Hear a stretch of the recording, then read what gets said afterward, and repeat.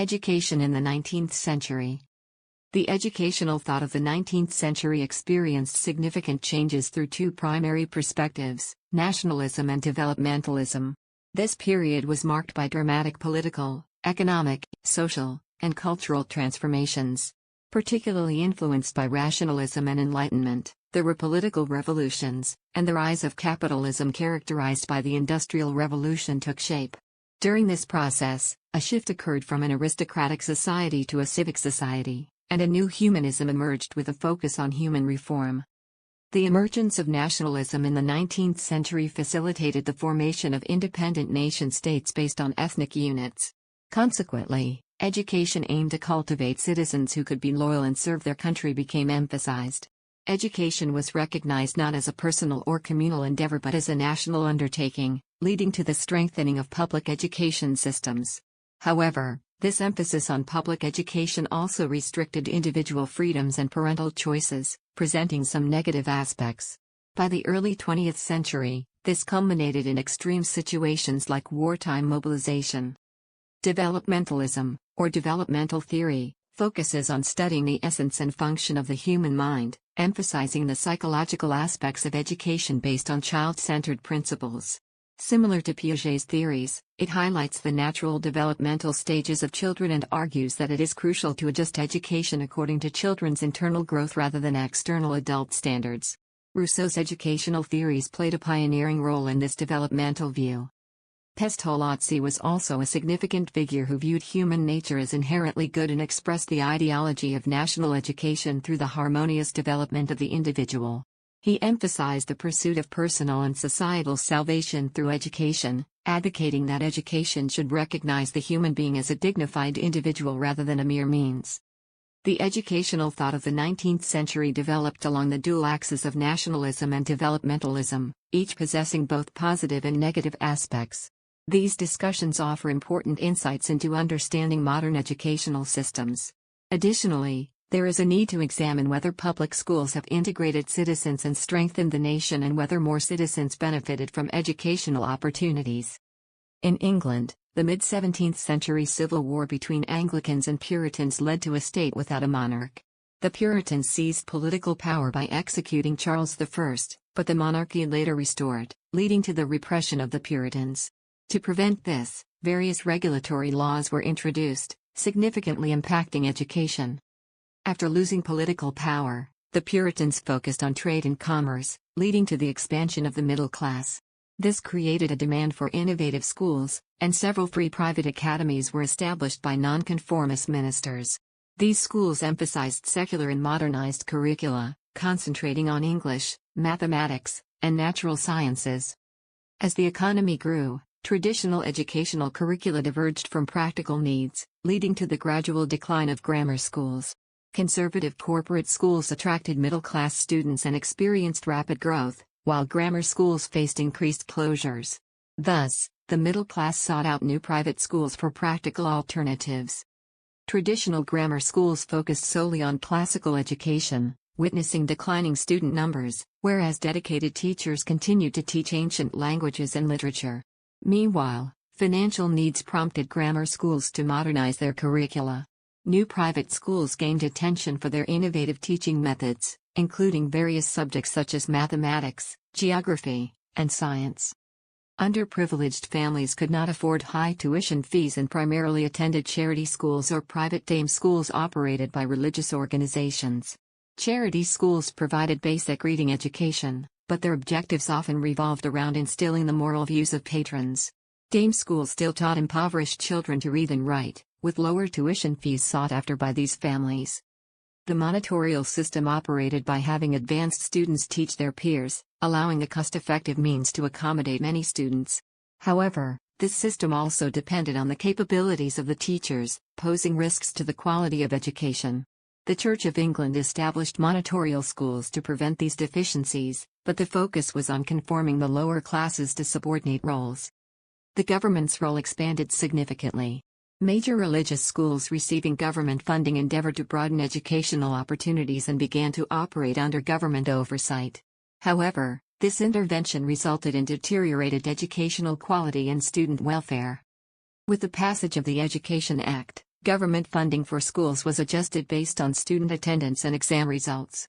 This shift caused teachers to lose necessary attention towards students and led to decreased quality of education due to financial pressures. England's educational landscape faced significant challenges amid political and economic changes. The decline of traditional grammar schools and the rise of independent schools markedly shifted the direction of education, while government interference often served as a threat. The literacy rate in England saw a significant decline. As reading and writing became valuable not just for the upper class but for the general populace, more individuals became literate. With the popularization of reading in urban and rural areas, demand for information and education surged. Government policies were, in fact, hostile to the spread of literacy. Measures to limit the number of printed materials and grant censorship authority to governmental and ecclesiastical leaders were implemented. However, despite such oppressive government actions, reading gradually became widespread. With the introduction of a grant system, a national school system emerged, resulting in increasing student enrollment.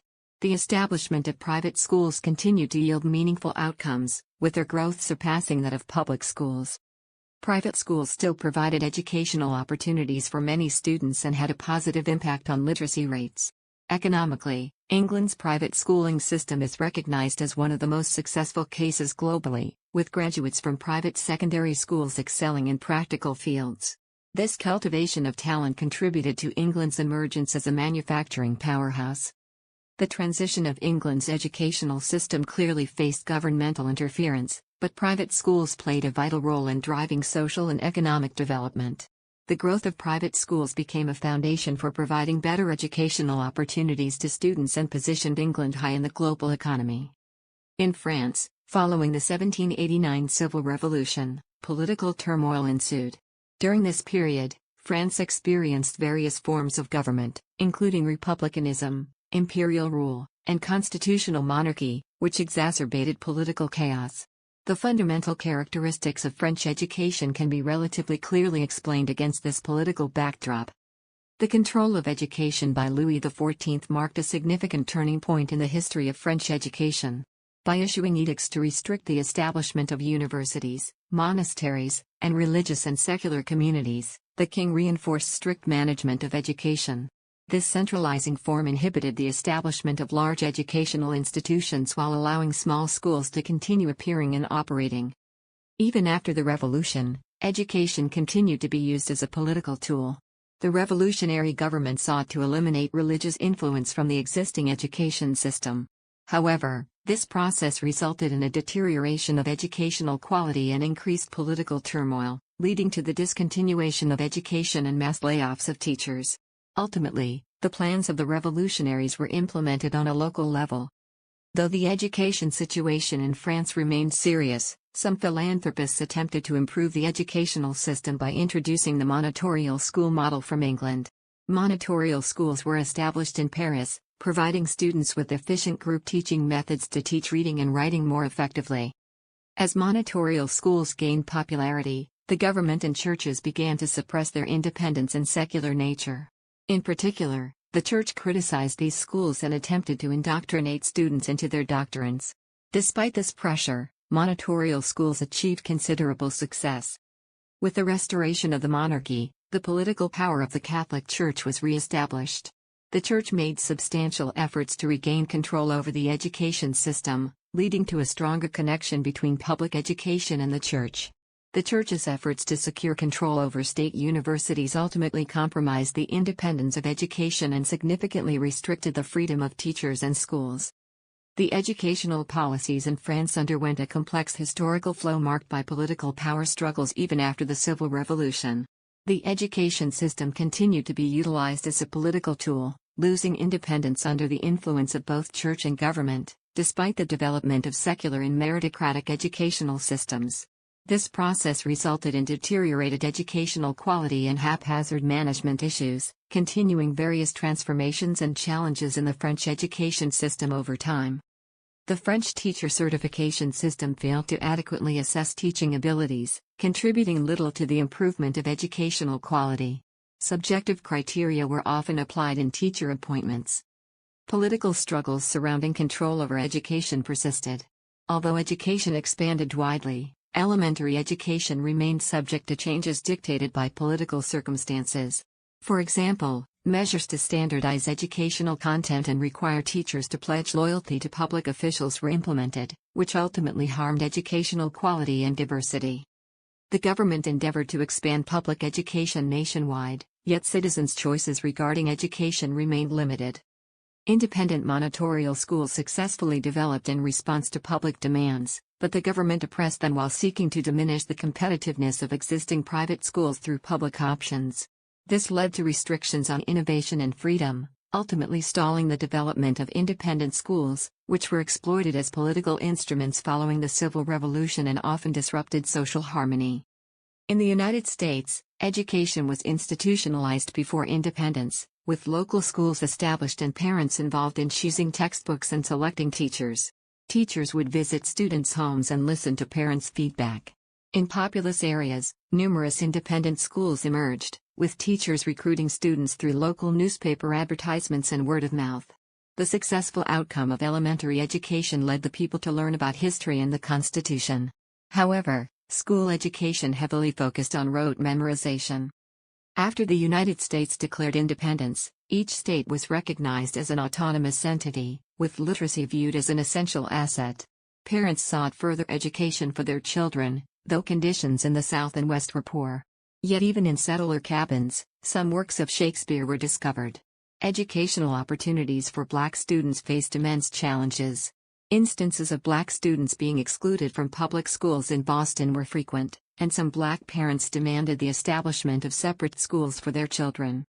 The issue of education for Black children caused significant conflict. Many Black parents were reluctant to send their children to public schools. Advocacy for separate schools for Black students faced resistance on several occasions.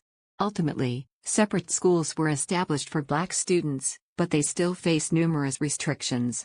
The enrollment and attendance rates of Black students in Boston were low, and the educational system failed to provide tangible benefits until before the Civil War, leading to a change in perception of the educational system among parents, who began to view it as an obstruction. The popularity of private fee-based schools and charitable schools existed, yet arguments maintained that control of education should lie with the government. Some politicians asserted that education should be enforced upon the ignorant populace. They perceived immigrants and low-income families as neglecting education.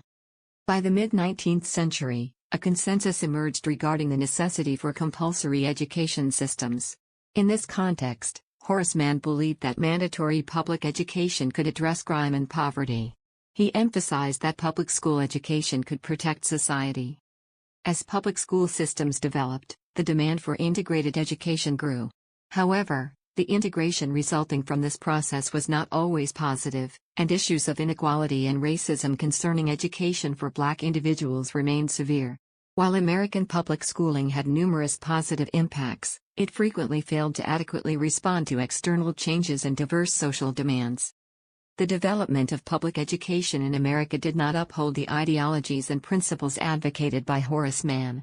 Opponents of expanded public education were viewed as obstructing progress and contributing to poverty and immorality, but their concerns persisted. There was a general societal apprehension that public education could infringe upon freedom and exclude parental responsibilities. People worried that the establishment of school boards might mark the beginning of centralization. There were concerns that government education administrators might influence citizens' political and religious thoughts. Despite these social concerns, opposing opinions often failed to prevent legislation from passing. As public schools spread, cultural and religious conflicts intensified. Most public schools were operated by Anglo-Protestants, fostering biases against immigrants and Catholics. Consequently, immigrant communities expressed feelings of shame about their beliefs. Catholics sought to have their Bibles taught in schools, yet their requests were dismissed. The Protestant-centered curriculum in schools exacerbated conflicts, leading to riots with casualties. Catholic students endured discrimination and violence from teachers, with their rights inadequately protected in court. The advancement of public schools sparked debates over who should control education. As state governments sought to oversee education more than parents and communities, tensions escalated. By the late 19th century, power struggles emerged among educational reformers, teachers, and the government. In some cases, The law prohibited teachers from being criticized, and this centralization was often justified with the assertion that the public interest superseded individual rights. The illiteracy rate in America dropped sharply. However, enrollment rates for black students remained low. While most students attended elementary school, many left school prematurely. In American educational history, both public and private schools significantly impacted religious and racial issues. Modern educators believed that public school education could integrate American society, yet, in practice, it often triggered religious and racial conflicts. With the increasing governmental control, public schools generated dissatisfaction among parents and students, leading to situations in which many groups experienced the sacrifice of their beliefs. The progression of the public school system did not merely resolve conflicts within American society but often became a source of contention, highlighting the urgent need for an environment conducive to education for students of diverse religious and racial identities.